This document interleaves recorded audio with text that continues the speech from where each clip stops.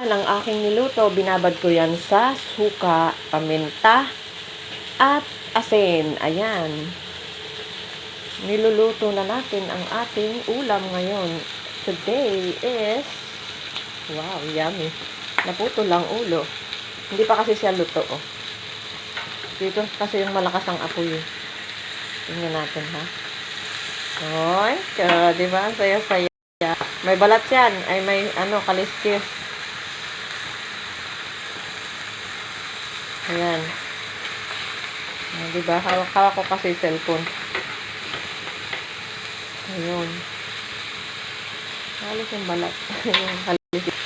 Mamaya may nag-ano na naman sa akin dyan. Hindi daw malansa ang isda. Ayan. Ayan ang aking isda. May kaliskis pa yan. Hindi ko inalis. Nakikita nyo?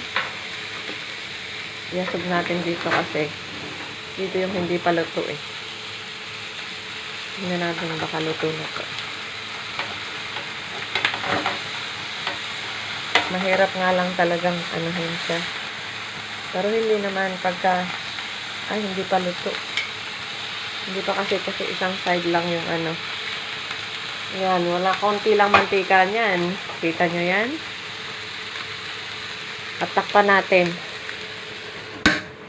Yan.